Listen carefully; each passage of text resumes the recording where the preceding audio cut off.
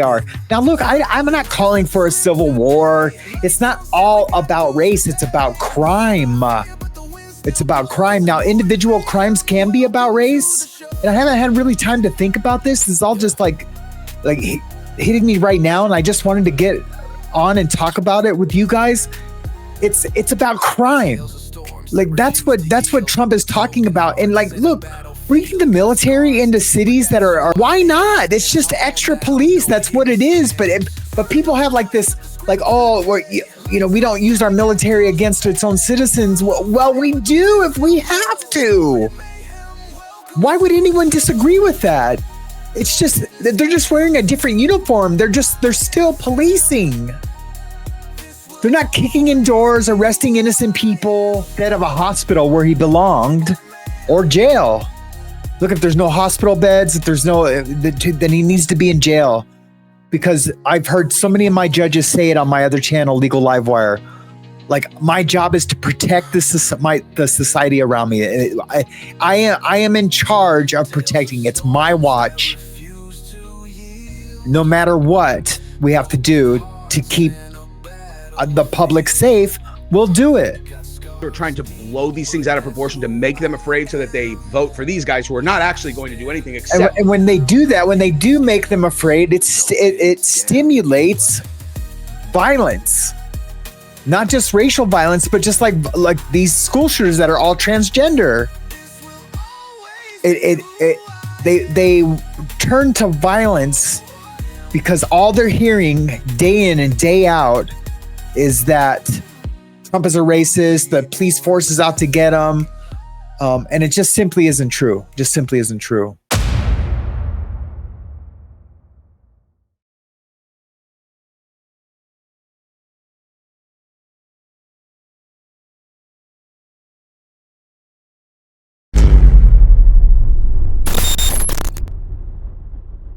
Hey guys, welcome to After the Bars. I am Sam.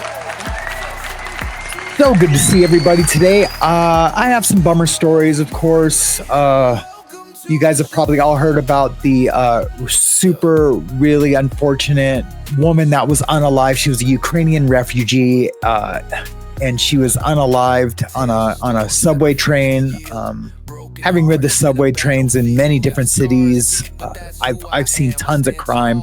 Never anything quite like this. It's really truly unbelievable. I thought I'd make a video to talk about it because this just is all part, in my opinion, of the media, the mainstream media, that instigates and stimulates the aggression, especially the woke media, the aggression from transgenders and the school shootings with racial tension. It truly is an issue, and it's becoming a fad. It's becoming cool to commit a fatal capital crime to see your name in lights, or to do something that's, I don't even know if it's see your name in lights, or to do something that's just truly so unbelievable, but for your party or for your ideology. It's on both sides. I'm not just saying it's us against them, or it's all them. It's everyone. There's so much, and there's so much to talk about in a later show, what's really happening with all of that. But I just want to talk about a few stories today. And we're going to start with the poor woman from Ukraine. I was trying to get her name. It's Irina Zarutska. She was fatally stabbed by a man named Carlos Brown. And we're going to talk a little bit about why he shouldn't even been out to even commit this crime. And it's just unbelievable. We're going to watch a little something from Jesse on Fire. We're going to watch a little bit from CNN with Don Lemon and his crazy, dare I say, racist views about almost everything he talks about. He's been getting better. First, let's just start with this little article here by Sarah Fields, who I get information from for the Carmelo Anthony case. There is no longer a pretense to protect people anymore. This is just a means to force the conformity of a new religion called Marxism. This new religion does not believe we are endowed with free will, and even those who bow down and give earth to water their freedom. How much is more she's saying about this? It is contingent on a future sacrificial offerings their masters, their high priest decide upon on a whim. For the seek not only to bend us, to break us, and remake us, not in the image of a loving creator, amen, but in that of an idol sculpted with cruel, sneering contempt, with a boot on the neck of humanity for all eternity. Cultural Marxism, oh, there we go. I didn't know she was saying cultural Marxism.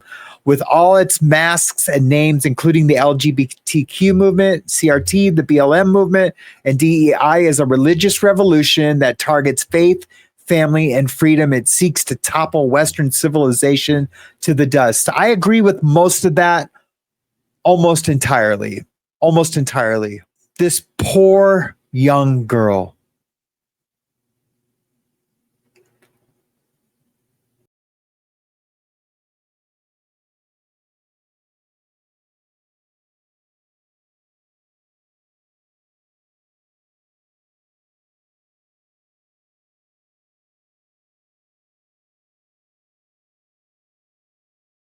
You're on After the Bars. I am Sam. And let's get into it. And Real Fabio? yeah. Oh yeah, Yeah. Oh, I almost had the name. So he's like, yeah, that dude, he didn't testify against somebody on a murder trial.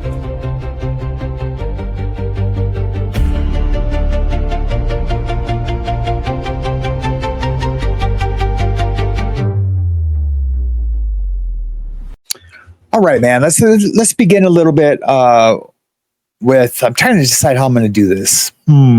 Let's start with Jesse on Fire. That's my man. That's my dude. Let's take a look at what he's got going on. That's not Jesse on Fire. That's CNN. Yep, it's the Mayhem Show. Let's go here. Okay, there we go. Let's start with this. I haven't watched this. I've seen the beginning. I've seen a little clip from it on X. We're gonna watch probably the whole thing. It's about 17 minutes long. I might edit some of it out during the post edit process of this video. We'll just go ahead and check it out. Let's watch. There, he's pulling out a knife right there. Look, unfolding it. Now it's just sitting in his hand. And so this image right here should not need any explanation at this point.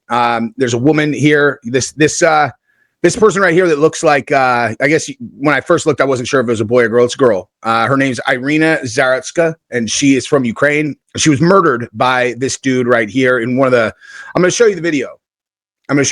Okay. I'm obviously going to probably because not show you the portion where a knife goes, okay. She's killed by this guy for absolutely no reason. You're going to get to see the entire video. And the reason I wanted to talk about it, because a lot's being said on, I mean, look at this, dude. You want to see the number of things I pulled up on X? Look at this. Every one of these, okay? Stats about this. Every single time I open it, here, this guy right here, they want lethal injection, like in Pierce Morgan, this disgusting, senseless, unprovoked murder of a 23-year-old Ukrainian refugee. Okay, it's everywhere. Everywhere. Absolutely awful. And you want to know where it is not anywhere is in the mainstream media. Okay, look at this. This is the story right here. It says, hang on, let me pull this over. Okay, so here's a little list of all the networks that have not covered the Charlotte NC story. New York Times, CNN, Washington Post, MSNBC, NPR, USA Today, Reuters, Axios, ABC News, PBS. They're going to have to cover it now. It's crazy. But none of them wrote stories on this. And that's not the end. That's not the end of this either, okay? Because you want to know what the reason that this comes up, it says Daniel Penny in black, is because I searched that. Because that's your side-by-side test, right? You know what I want to talk to you about? Hey guys, it's Sam. Sorry to interrupt the show, but hey, can you hit that like button down below? It's absolutely free, and it really, really helps the algorithm. But it's their verdict. They've Welcome to the After the Bars podcast, and this. So if you guys don't recall, Daniel Penny is the retired Marine, military veteran who was on a subway train in New York when a crazed black guy, started walking through the subway, screaming in people's faces, Okay, give me money. I don't care. I'll go back to jail. I'll go back. Just got out of prison. Give me the money. And he was threatening little women and had, by the way, very recently had put 3 old people into the hospital by attacking them for no reason, unprovoked attacks, 3 people hospitalized, and was still out on the streets. Clearly, our Daniel Penny was good at assessing threats. And so him and 2 other people from the train restrained the guy. Daniel Penny put a choke on him, and the other guys were holding his legs and his body. Now, the other 2 people who were restraining him are Indian, and I believe the other one was black. Daniel Penny's white. Okay. And then somehow the guy didn't make it, right? The guy that they were restraining didn't make it through the end of this. We found out later that he was breathing once they got to the next stop, but the police there decided not to resuscitate him, not to do mouth to mouth, none of that, because they're like, dude, the guy might have hepatitis, whatever. And in addition to that, they'd seen him get arrested 10,000 times. They're like, we're not risking our lives for that piece of shit, which was the correct answer, right? But it wasn't correct because when it was on video, just like this one, okay, all the liberals, all these Democrat people who love playing the race card, they're all black guy kills or is killed by white guy. They tried to put Daniel Penny in prison for, I think he was facing 12 or 13 years for heroically interceding when a crazed suspect was threatening to hurt people and had previously done it. Now, if you disagree that Daniel Penny should have been prosecuted, then you should like this video right now and you should subscribe to my channel because you're among friends here. They try to put him in prison. And then you get this story and nothing happens. Nothing happens. Okay. They don't even cover it in the media. They're not covering it in the media. They're not talking about doing anything about it. Nothing. Like, this guy's going to go to jail forever now. He committed first-degree murder on television, on a video. Okay. I'm going to show you the beginning of this video just so you can see everything leading up to it. Okay. So you can just see, like, this is just an even less scary looking black dude on a subway than the dude that was the Daniel Penny thing. And for the record, this is the only reason that the race thing matters has nothing to do. There's a million white guys who attack people. There's a million black guys who attack people. It's not about that. Okay. And yes, this guy's crazy. So playing the race card is stupid, except it's not. And here's why. Okay. The point is not this time, what's going on. It's that last time what happened in the identical, not even close to identical, in a similar situation, but where the white guy was the one who killed the black guy and he didn't even necessarily even do it, but he was obviously a good guy. And every single media outlet covered it. They all pushed the narrative that this was a race, this had to do with race and had to do with all this stuff. All the Democrats jumped on it and they all believed it. And then all of a sudden when this happens, which is basically, you could say, this is what would have happened had Daniel Penny not stepped in. None of them have a word to say, nothing. They're not going to say anything about it because they use the race thing as a weapon in this country to try to control the black vote. Okay. Bottom line. Now let's watch this. Now, while we watch the beginning of this video and there's no audio, I just wanted to voice over the fact that I use YoKratom.com when I am buying Kratom in bulk. And if you don't know what Kratom is, don't worry about it. But if you do and you buy in bulk, $60 kilograms on YoKratom.com. Don't buy Kratom. Do not buy Kratom. This dude, again, like, I feel for this guy, kind of. I mean, like, I don't feel for him, like, whatever, he's about to murder someone, but, like, this is a crazy person. Okay? This is a crazy person. This is not like somebody who's making good decisions. He's definitely mentally unstable. He's wanted for the R word down in Louisiana right now. The dude's got problems. But after he unalived this woman, he said, got that white girl. And obviously he knows what's the difference between right and wrong, or he's been shown the difference between right and wrong. He's been arrested 14 times. He has 14 crimes. His criminal history, his mugshot is there's 14 different mugshots, and he was just let out. This is always the case, isn't it? When someone will just get let out and then unalive someone. Now, granted, no one can predict. We can't predict, and I mean we as a society, or like the justice system, or the Department of Corrections. They can't predict when you let someone out of county jail for whatever trespassing that they're going to go unalive somebody. But it always happens to be that the person just got out of jail and then did this. Sometimes I want to believe, and I know this to be true in some situations, that these dudes just want to go live in jail and get life so they just don't ever have to be out here. They can just have a nice life in prison. It happens. I've talked to people that have done it. And sometimes I think that's the situation, especially when it's these dudes that are just begging to go back to jail. Let's take a look. It's not a person who's like, he's crazy. But as he, you know, comes out of his stupor here. So here you go. This is the girl, Irina. She comes in. She's really tiny. small, She's you guys. 105 pounds. She sits down. She doesn't think anything of it. You know how many times, like, if you've ever ridden the subway or ridden BART in, you know, in California, like guys that look just like there's nothing inherent about him that you should know that there's danger there, right? Like she sits down right in front of him without even thinking about it. And you want to see something really sad? Look at this. See that right there? Yeah. Hold on. Hang on. I have this picture like this. Okay, see this right here? You see that circled that thing up there? See that? It says Black Lives Matter. She has marched, I guess. She's just a supporter of Black Lives Matter. And what an unfortunate situation, right? Watch this. Can you read that? Black Lives Matter. That's the chick that is on the train with that dude sitting right behind her right now in this video. Okay.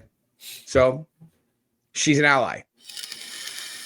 And she's just like, okay, yeah, hi. You know, I'm just reading this. I'm a Ukrainian refugee. I had a hard life, but I made it to America, you know, and I'm trying to make a better life for myself. And, you know, I'm just hanging out, and I'm literally not even aware that this guy's behind me because, listen, Black Lives Matter. I'm not, look right there. He's pulling out a knife right there. Look, unfolding it. Now it's just sitting in his hand, and there you go. No reason, nothing. Like nothing leading up to it. Absolutely no reason. Nothing leading up to it. Absolutely no reason. I just found this while we were watching this, guys, over on X. I guess a trigger warning that you don't see the actual the knife hit the poor young girl, but you see the aftermath, and she still like kind of doesn't believe what happens. But here, I'm just going to show it.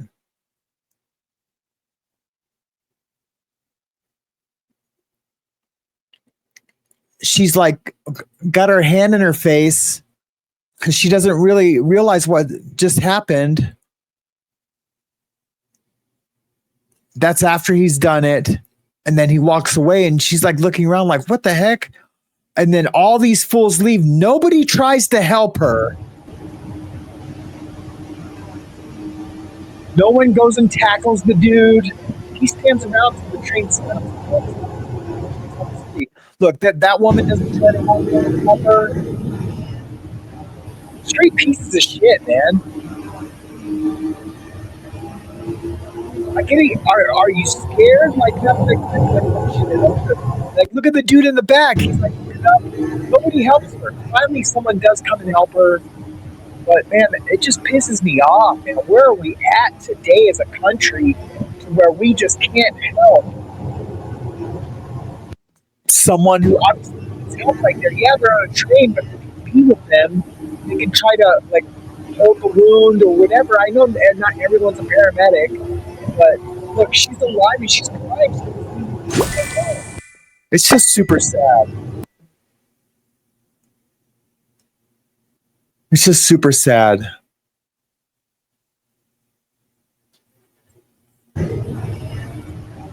think this is a better. No, it's the same one. But oh, here we go. Trump. I guess Trump addressed this about an hour ago. Let's take a listen. Really, very, very innocent people. In every place. This is a news breaking story. Yeah, it's a day or two old, but now it's finally starting to get traction. I just learned of it today, so let's. Far too long, Americans have been forced to put up with Democrat-run cities that set loose savage, bloodthirsty criminals to prey on innocent people. Agreed. Really, very, very innocent people. Agreed. In every place, they control radical left judges, politicians, and activists and they've adopted a policy of catch and release for thugs and killers. In Charlotte, North Carolina, we saw the results of these policies when a 23-year-old woman who came here from Ukraine met her bloody end on a public train.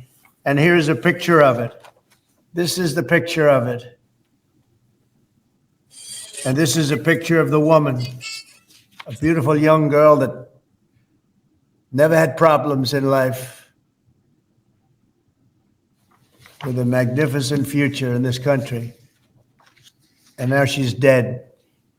She was slaughtered by a deranged monster who was roaming free after 14 prior arrests. We cannot allow a depraved criminal element of violent repeat offenders to continue spreading destruction and death throughout our country. We have to respond with force and strength. We have to be vicious, just like they are. It's the only thing they understand. 24 of the top 25. Do you hear what he just said? He said, we have to be vicious just like they are. Now, look, I'm not calling for a civil war. It's not all about race. It's about crime. It's about crime. Now, individual crimes can be about race. And I haven't had really time to think about this. This is all just like hitting me right now. And I just wanted to get on and talk about it with you guys. It's about crime. Like that's what Trump is talking about. And like, look, bringing the military into cities that are riddled with murder and crime. I'm gonna have to bleep that out, but why not? It's just extra police. That's what it is. But people have like this, like, oh, we don't use our military against its own citizens. Well, we do if we have to. Why would anyone disagree with that? It's just they're just wearing a different uniform. They're still policing. They're not kicking in doors, arresting innocent people. None of that. They're policing. It's like a neighborhood watch program, but it's our military. Hell yeah. If I lived in DC, Chicago, LA, well, I did live in LA, but LA was never that bad. Like, yeah, there's gang on gang crime, and then of course all the other little crimes and big crimes. But in these cities, it's different. It's different. I'm telling you, I've been to all the cities I just mentioned. Yeah, he's talking about crime. But if we have to meet with the same aggression as that what we're approached with, if our police have to do that, then they have to do that. Most dangerous cities in America are run by Democrat mayors. 50 people were murdered in Chicago in recent weeks, with hundreds being shot.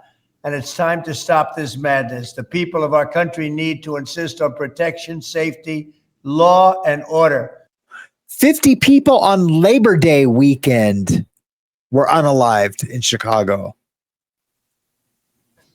We have proven that it can be done because we did it right here in D.C., in District of Columbia. We did. The capital of America was a bloodthirsty, horrible, dangerous place, one of the worst. And now it's a crime-free city, and we're going to keep it that way. It can be done. It can happen fast. All we want is, please, Mr. President, we need help. Chicago needs help. Other cities needs help.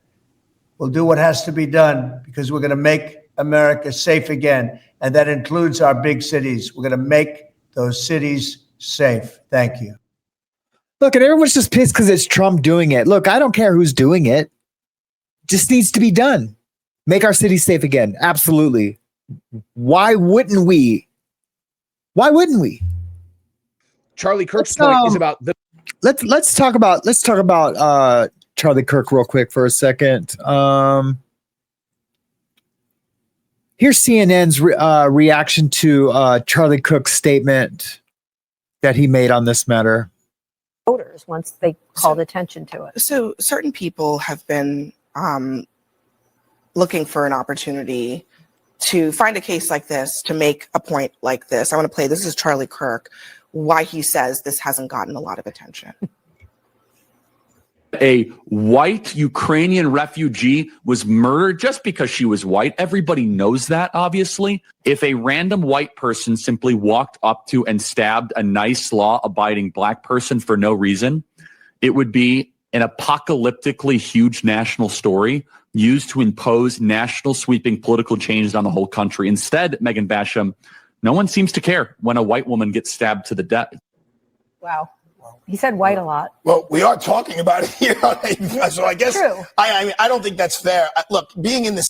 Well, the gentleman did say, "Got that white girl."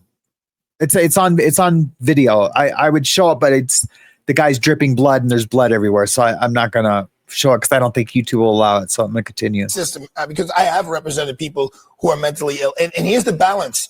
The balance is taking away people's freedom versus evaluating their mental illness. And New York City, there are a lot of programs for people who are mentally ill, but they have to want to be there. Yeah, and it's about difficult forcing them to be there. When you are mentally ill, you have a hard time knowing that you are mentally ill. But also, I mean, people like Charlie Kirk, Van, they've been looking for opportunities to make this some sort of like. She keeps saying that they're looking for opportunities to say that. They're looking. No, these opportunities happen, so we get to comment on it. We are allowed to, because of free speech, we're allowed to have commentary and we're allowed to have our own opinions about it. And so does Charlie Kirk. But no one's looking for this to happen. No one wants this to happen. We're not waiting for this to happen with our talking points on deck to, I don't know, proliferate our own ideology. I don't know if that's even the right word. I'm gonna have to look that up before editing. Let's go back. Reciprocal George Floyd situation, and that's the part that I think he's almost giving away the game, and it's sad to see a lot of people going along with it. You know, let me just say a couple of things. One is, I mean, what happened to that young woman was horrible, and it's everybody's nightmare. If you're in any public space, a subway, whatever, that something bad's going to happen to you or somebody you care about. So it does strike a chord. We don't know why that man did what he did. And for Charlie Kirk to say, we know he did it because she's white, when there's no evidence of that. Yeah, there is. There's tons of evidence. There's the perpetrator saying that, got that white girl. There's that, Lemon. It's just pure race mongering, hate mongering. It's wrong. Then he says that if something like that had happened the other way, there'd be sweeping changes imposed on society. Where is the George Floyd? The exact thing that he says always. He's the master at flipping it around. Well, man, if this would have been a black kid, people would care more or wouldn't care like they do with this white girl who was kidnapped by a black guy, whatever. They're the first to flip. Yeah. Policing Act. It didn't pass. Even when you had a white police officer murder a black man on live television, the whole world saw, there were no sweeping changes. In fact, not one law was passed at the federal level. So I think that's an important thing to point out. Well, your president was just in office for 4 years. So, and this was what, 7 years ago? How long ago was that? It's been a while. Thing is, you mentioned the thing about cashless bail. I think this is a big challenge that we have. Would you have felt better if there had been cash bail and the mom had come and put down $1,000 to let him out? It's not about cashless bail or no cashless bail. It's about the fact that we don't know how to deal with people who are hurting in the way this man was hurting. Hurt people. What happened was horrible, but it becomes an opportunity for people to jump on bandwagons. And then for someone like Charlie Kirk, he should be ashamed of himself. No one mentioned the word race, white, black, or anything except him. But people except for the perpetrator. Sorry for being redundant, but that's what it is. Mentioned is the horror of what happened to this young woman. Yeah, I'm beside myself with this situation and the way it's being reported. I want to bring the audience up to speed on the facts around it. So something terrible happened in Charlotte, North Carolina. Undoubtedly. Here's Megyn Kelly. It just happened to be in the Up Next. Most of the audience has heard about it now because if you're listening to this show, you have the right news sources. It's something that happened a couple of weeks ago, but it just hit the press. You wouldn't know anything about it if you solely read or watched legacy media. I thought it was 2 days ago. outlets. Okay, nothing. The young woman's name is Irina Zarutska. And this young woman was 23 years old. She was born in Kyiv, Ukraine. And she came to the United States in 2022 with her family, trying to seek a better life. They were fleeing the war that Vladimir Putin unleashed on the Ukraine. And she was murdered here in Charlotte, North Carolina on August 22nd on her way home from a job she had obtained at a local pizzeria. Now, this woman is absolutely stunning. She looks like Marilyn Monroe to me. She could have been modeling. She could have been doing anything to make money, but she took a job at a local pizzeria and was showing up doing shift work, just trying to pay her bills and make her way in the United States quietly and without much fanfare. I was going to get to that, to her, like her refugee status and her working hard at a pizzeria, and she's absolutely gorgeous. And I'm not saying she deserves privilege because of her looks or anything like that. But Megan's right. She could have been modeling. She could have been doing anything. She could have been a hostess at a 5-star restaurant. Because of her looks. But she just was keeping her head down. She's a refugee. She was probably grateful that she was here in America, and she was participating. Hey guys, sorry to interrupt the video, but remember, hit that like button down below. It really helps the channel to grow bigger and better and more diverse. Not that weird, creepy kind of government diverse. I'll Samsplain it for you if you want. You want to hear some Samsplaining?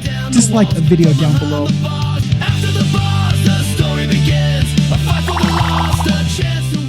Doing what she needed to do to acclimate to America. And it's sad, man. It's so sad. And then this past Friday, surveillance video was released showing her being stabbed to death by a man with a long criminal rap sheet and multiple encounters with the criminal justice system. Super long. That video was released to local news outlets. We're going to walk you through it and the timeline of how things unfolded. The suspect's name is DeCarlos Brown Jr. He's 34. Listening audience, we're showing the video here. He's in a red hoodie, sweatshirt. He's a black man with long black dreads. He was on the train first, sitting with no one in front of him, next to him, or behind him. He is not seen on the video having any interaction with any other riders, just sitting alone, but looking a little agitated at times. At the next stop, Zarutska boards the train. She is a white woman with blonde hair, and she's in her pizzeria uniform wearing a baseball cap. She sits in the row right in front of Brown. She has her phone with her and headphones in her ears. Just a side note, honestly, like in today's day and age, it's dangerous to have the headphones in and not know what's going on behind you. I'm sorry to say, I'm not blaming her in any way, of course, but just as a safety measure, just don't do that. You just don't know. You know, I'm sorry, but there's too much crime in America right now to do that. Keep your ears open so you know what's happening about you. Unfortunately, that's our reality. She's minding her own business. There's no interaction between the two of them whatsoever. They ride along for another 4 minutes with nothing happening. Then at 9:50 p.m., Brown is seen reaching into his hoodie, pulling out a pocket knife, a small pocket knife. This is zoomed in video, courtesy of the local CBS outlet. You're seeing him unfold it. And you see him unfolding the knife, but no one notices a thing. Out of nowhere, truly, it seems like it's out of nowhere, Brown then stands up. He pulls his arm back as far as it can go to gain force. And from behind, with the young woman completely unaware of what was about to happen to her, he begins stabbing her, including 3 times, at least once, directly into the neck. She did not stand a chance. She had no opportunity to defend herself. She clearly had no idea she was in danger at all.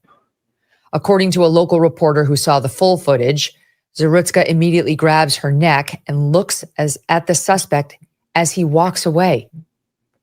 The local news... I just showed you guys that. She just is like, looks like, what the heck? And then just starts to cry as she's dying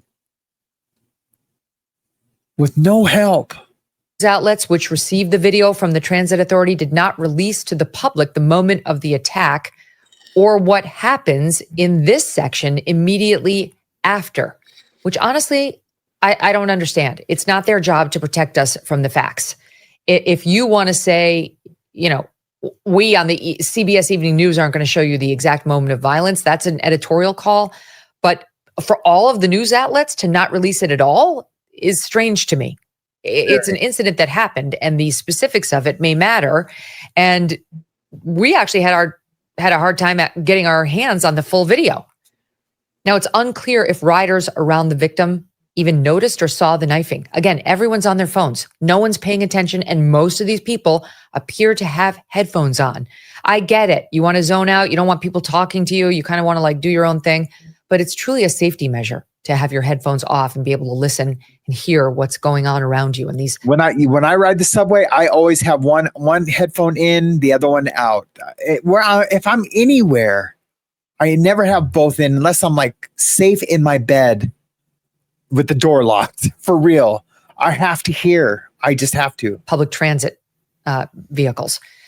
The local CBS affiliate reports one passenger did react, others followed, but we don't see exactly how it unfolded, the reaction. We are shown Brown's actions after the attack. Now, the whole thing goes down in 30 seconds, so this guy has got to be not long after. He walks up to a train door. You see blood dripping onto the floor, apparently from the knife, which is still on him. Some riders notice the blood, but it appears they really have no idea that an attack just happened. Brown then takes off the red hoodie. He appears to wrap the bloody knife up inside the hoodie, and Brown is then shown leaving the train.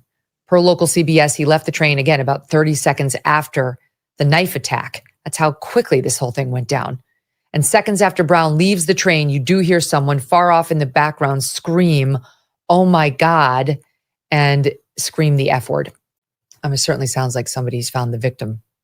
Someone did call law enforcement. Spectrum News in Charlotte reporting transit security guards were on the train at the time of the attack, but in the car just ahead of Zaritska's when she was attacked. Brown was arrested a short time later. You're not going to be surprised to hear the guy's got 14 previous court cases in Mecklenburg County, which includes Charlotte. He was sent to prison in 2015 for robbery with a dangerous weapon, but was released a year early in 2020. This past January, he was arrested for misuse of the 911 system. And here's where things get interesting. During that incident, Brown told police he had man-made material inside his body that was controlling him. Per the ABC local outlet in Charlotte, a magistrate judge allowed Brown to be released from jail without paying anything on the written promise that he would show up to his next court appearance. Then in July, another judge ordered a mental health evaluation, but again, he was allowed to be out on the streets. He clearly was not right in the head. And you had not one, but two judges recently, a month before the murder, send him back out there. Go ahead, right back out there. There are so many angles. Instead of a hospital where he belonged or jail. Look, if there's no hospital beds, if there's no, then he needs to be in jail. Because I've heard so many of my judges say it on my other channel, Legal Livewire. Like, my job is to protect the society around me. I am in charge of protecting. It's my watch. No matter what we have to do to keep the public safe, we'll do it. And that would be incarceration. To this story, it's an absolute disgrace that the national media remains silent about this. Political news outlet Axios even has the gall to blame MAGA Republicans for covering it. They're upset about the numerous surveillance cameras in America now that happen to catch these incidents so that the MAGA Republicans can turn them into an issue. That's what they see this story about. I mean, guys, Rich and Charlie, remain with me. There's just no question in my mind. The story for the media is about many uncomfortable narratives that they'd rather not touch. Chief among them, a black man hacked to death, a young, beautiful, white, blonde woman right on camera, and they don't want to touch it because that plays into a narrative with which they're very uncomfortable, Rich. An adult child like that. Okay, that's a little deeper conversation than we're having today on the show. I'm basically just coming. I mean, that's absolutely what I was just talking about. I mean, we definitely need more psych facilities, hospitals where parents, guardians can basically place their loved ones for their safety and ours. Absolutely 100%. Because look, the dude should have been in jail. She should still be alive. Let's see. I got, and guys, I have a really cool palate cleanser at the end of this video that you guys are all going to super enjoy. And I'll talk a little bit more about it when I talk about it. This gentleman right here. A woman was murdered by a homeless man, but some media isn't reporting it. And it's a pattern of being silent when the killer is black and the victim is white, and loud when it's the opposite. On August 22nd, Irina Zarutska sat down on a bus in front of DeCarlos Brown. DeCarlos, for no apparent reason, stabbed her in the throat. This was cold-blooded murder. Irina was a white, blonde, Ukrainian refugee who fled the war. DeCarlos is a black, homeless, 4-time felon who just left jail. I hate that I even need to mention their skin colors, but I do. Because if this had been a white man murdering a black woman, this would be nonstop national news. And yet, the New York Times hasn't reported on it. CNN hasn't reported on it. MSNBC hasn't reported on it. What do they all have in common? They're all on the left. This is clearly newsworthy. It touches multiple third rails: race, immigration, Ukraine war, homelessness, and crime. So why aren't they reporting on it? Because there's a race-based double standard in the media. Now, make no mistake, right-wing media like Fox News and New York Post are biased too. And here's the thing, the media is overwhelmingly left-leaning. 30 to 60% of journalists are on the left. 5 to 7% are on the right. So we're all getting a skewed version of reality. One in which white on black crime is worthy of marching, but black on white crime isn't worth mentioning. Both are equally wrong. But we've been conditioned to see race first and principle second. And it's swinging the pendulum from one irrational extreme to the other. From white people being elevated to white people being denigrated. Meanwhile, black-white race relations are worse than they were at the start of the century. But why should I, a black man, care? Because we all should. We're supposed to be ending racism, not flipping who gets to be racist. And if we don't correct this, many white people will become resentful and they'll swing the pendulum back to black. We can't keep doing this. In the face of evil, we must let go of racial preferences and focus on principles. All decent people must say, I don't care what color they are. A person murdering another person in cold blood is evil. All humans must say, I don't care who started it. A boy stabbing another unarmed boy at a track meet is wrong. All mature adults must say, I don't care how mistreated you feel. A woman calling a child a racial slur is disgusting. In a race war to the bottom, no one wins. Stories. The division shouldn't be black versus white. It should be wrong versus right.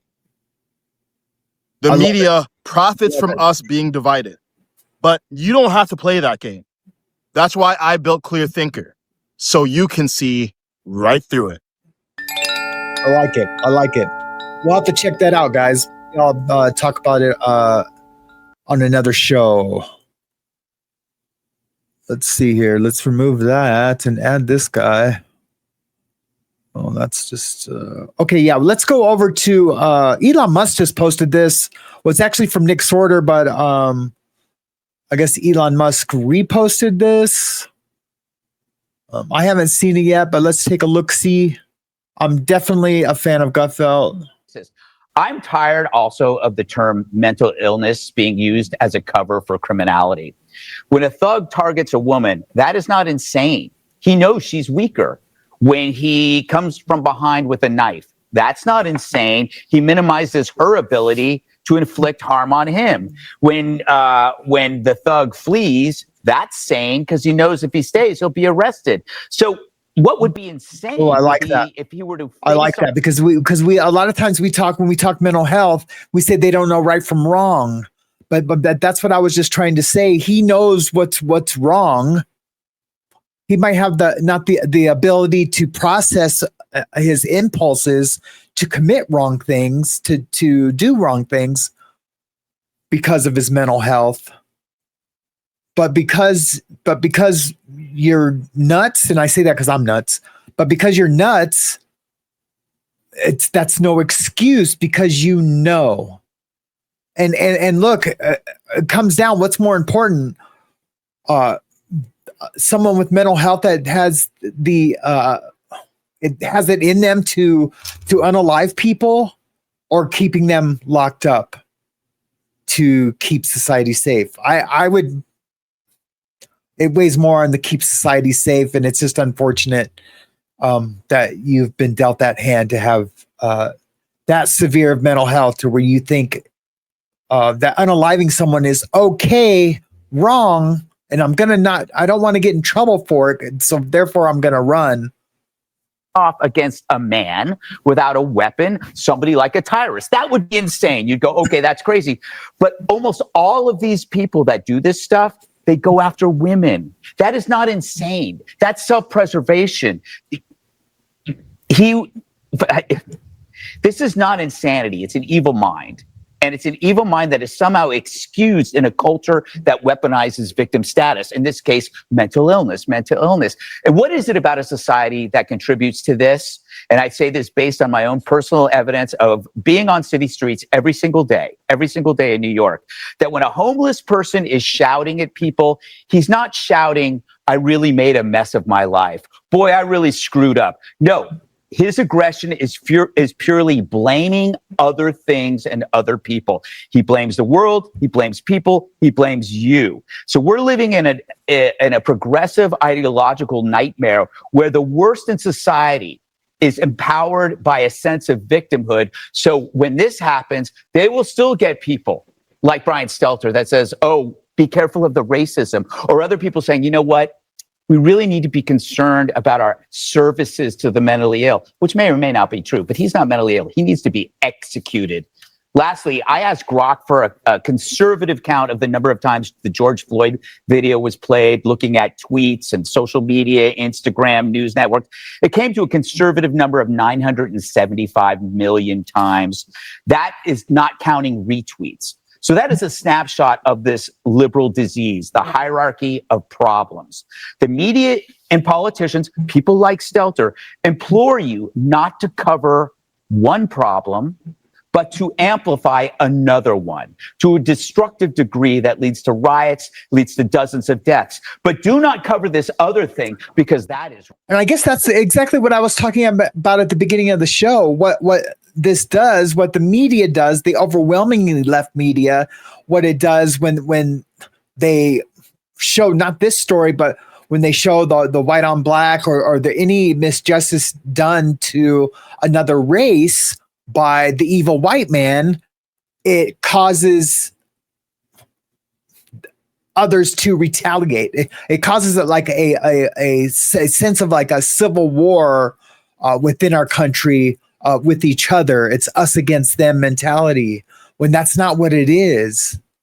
That's not what it is. It's us trying to love. Well, it's us wanting to be more loving and compassionate. It's us trying to just make it side by side with each other, no matter what race, what religion, what music you listen to, what your profession is, be it a police officer or a pizza worker. We have to be together in this. We have to. Racist. Yeah, I like him. I don't agree with everything he says, but I'm surely a fan. I'm surely a fan of Gutfeld. He's a smart cat. He really is. Let's see. Oh, here we go. And here are the facts that many outlets have. Then I'll get to our palate cleanser. Like to address the tragedy that has not received nearly enough media attention: the brutal murder of Irina Zarutska. Here are the facts that many outlets have shamefully and intentionally failed to report until President Trump drew attention to it. On August 22nd, Irina Zarutska was stabbed to death on the rail system in Charlotte, North Carolina, by a savage career criminal. This is a public transportation system that many in the area use every single day to go to school and work. Irina was on the train that night traveling home from her job at a pizzeria, still in uniform from her shift. This beautiful, innocent 23-year-old young woman was a Ukrainian refugee who had recently fled her country for a chance at a safer life and a promising new beginning here in the United States of America. But tragically, a public transportation system in a major American city was more dangerous than the active war zone that she left. The president and the entire White House are praying for her family and friends during this unimaginably difficult time. But while we extend our thoughts and prayers, we must also seek justice for this crime and call attention to this heinous incident. Surveillance video of the killing was finally released to the public this past Friday. It shows the alleged killer, DeCarlos Brown Jr., pull out a knife, get up from his seat behind Irina, and prepare to thrust a blade into her neck before the released footage gets cut. This is pure evil on full display. The most enraging and unacceptable part of this story is that her death was entirely preventable. DeCarlos Brown never should have been on that train that night. In fact, he should have been behind bars. DeCarlos Brown has been charged with crimes no fewer than 14 times, dating back to 2011, including for armed robbery, felony larceny, breaking and entering, and shoplifting. Brown had previously served 5 years in prison for a robbery with a deadly weapon charge. And I must say, like I just said before, he's wanted now. He has warrants in Louisiana for the R word, for grape. And he had also forfeited bonds 3 different times, twice in 2014 and once in 2023. Despite all of this past documented criminal history, when Brown was arrested yet again in January of this past year, a Democrat judge, who I will add was a strong supporter of former Vice President Kamala Harris, released this insane criminal once again without requiring him to pay any bail. He simply had to sign a written promise to return for his court hearing. Think about how crazy it is to ask a career criminal, someone who by definition repeatedly breaks the law, to just sign a written promise and come back again another day. This is madness. This monster should have been locked up, and Irina should still be alive. Cashless bail is another issue that we could talk about someday. People being able to get out. I mean, there's always been your own recognizance. There's always been an OR, for first-time offenders, second-time offenders, depending on the crime. But for someone with mental health, which they absolutely know, someone who's been arrested that many times does not deserve cashless bail, period. They just don't. Nobody does. I wouldn't if it was me or any. I wouldn't expect any of my friends who have multiple felonies. And look, all my friends are felons. But I wouldn't expect them to get cashless bail if they stole a candy bar from Walmart because of their history. And to topple that with mental health, severe mental health, there's no way that guy in front of a judge or talking to his lawyer is any way, shape, or form has any kind of coherency. There's no way. There's no way. It's absolutely documented that this dude has major mental health issues. Not with that kind of history, not with him interacting with judges, lawyers, the system, the bar. There's no way that it hasn't been documented. And for him to get cashless bail? Fuck that, dude. That girl should still be alive. But Democrat politicians, liberal judges, and weak prosecutors would rather virtue signal than lock up criminals and protect their communities. And perhaps most shamefully of all, the majority of the media, many outlets in this room, decided that her murder was not worth reporting on originally because it does not fit a preferred narrative. Many of the journalists in this room spilled plenty of ink trying to smear Daniel Penny for defending a subway car from a deranged lunatic in New York City, but none of those same reporters lift a finger to write stories about an actual murderer. Unbelievable. They tell on themselves of what their ideology is and what their agenda is by the omission alone. Well, that's that. Let's I really want to take a look at this this Benny Johnson story, or I guess it's a story. It's the same story, but he does a little breakdown. I'm just trying to look at it real fast. Do you know that one in every 22 black men in America will commit the M word in their lifetime? That is unbelievable. Unbelievable. But we could reread that sentence, one in every 22 men in poverty to commit a violent crime. This is all according to the FBI's published statistics. What the hell is happening here? There has to be some type of correlation or causation, socioeconomic, some type of rationale for this, and we think we've actually found it. We know exactly what's happening. Do you know that 70% of black babies born today are born into fatherless households? There are 9 million black children under the age of 18 in America right now. 6 million of them don't have dads. They come from single-parent households. And what do we know about single-parent households? That you're twice as likely to live in poverty, that you're half as likely to graduate college, and, most importantly, you're 3 times more likely to wind up in prison if you come from a fatherless household. 70% of all juveniles held in state facilities are from fatherless homes. And so there is your correlation. Now, has it always been like this? No, in fact. Single-parent households, single motherhood, fatherlessness was quite rare 100 years ago in America. But something expedited this horrible trend and expedited the violent crime sprees that we are now seeing all across our nation.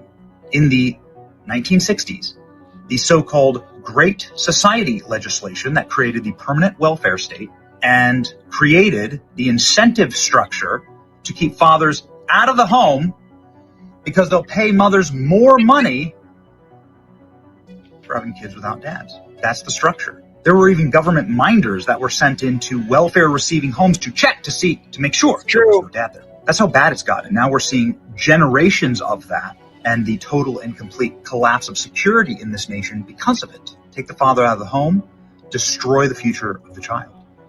And the government, in part, incentivized it. We need to end programs like that. We need to encourage men to be fathers. We need to encourage family creation, and we need to encourage good dads. We need to lionize and venerate the father again in this country if we are to have any hope to fix it. Pray for better dads. Pray for a change in these policies. Fatherlessness is killing Americans. I agree. Absolutely. 1,000%. Oh, here we go. What's going on here? About that. You never about that. No, you a bitch. No, you a bitch. Yeah, it's unopened bottle. What you gonna do? I just came from the store. It's unopened. Yeah. No, you bitch, nigga. What you want, bro? Bitch ass. Say something. Do something. Fuck out of here, nigga. Say you're a bitch. Take that short and give it well, okay. You a whole bitch,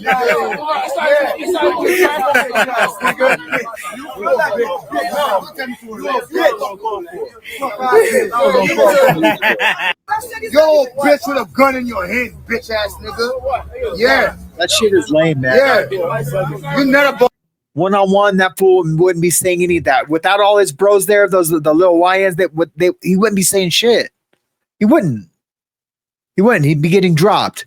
They're doing that to film, to put it on World Star, whatever. It's lame. But that means I participate in that social media, parasocial, whatever. It's not even parasocial, but that social media to get clicks. But I would never do that. That is unbelievable.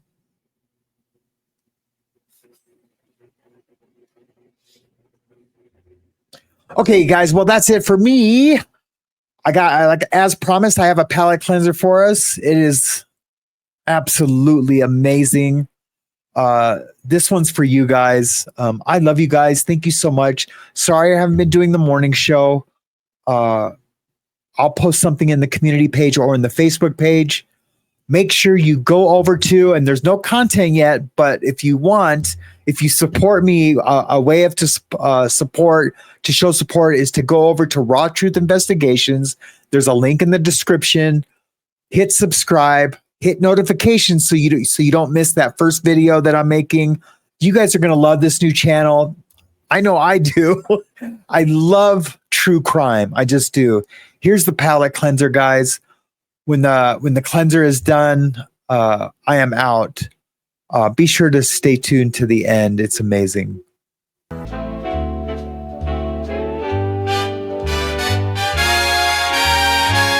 After the bars, we're rising strong,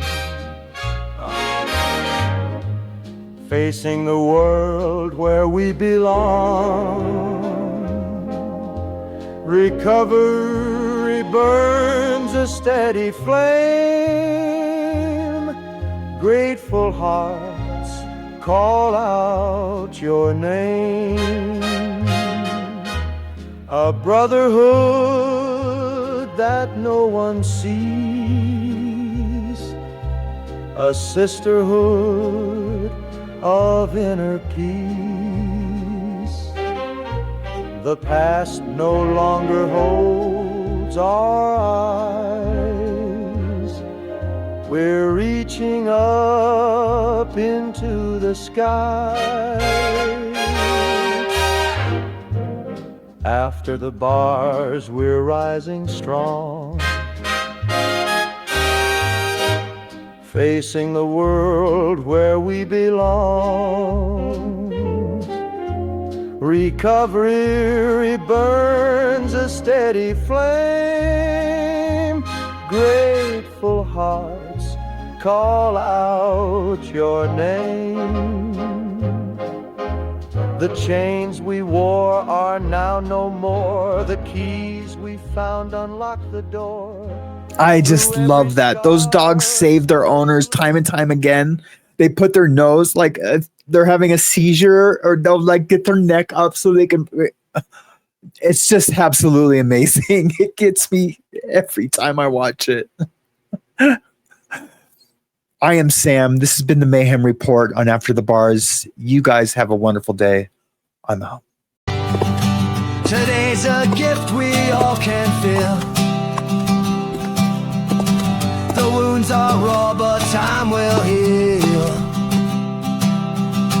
Be thankful now for where you stand, and hold the world in grateful hands. After the bars, we're rising strong, facing the world where we belong. Recovery burns a steady flame. Grateful hearts call out your name.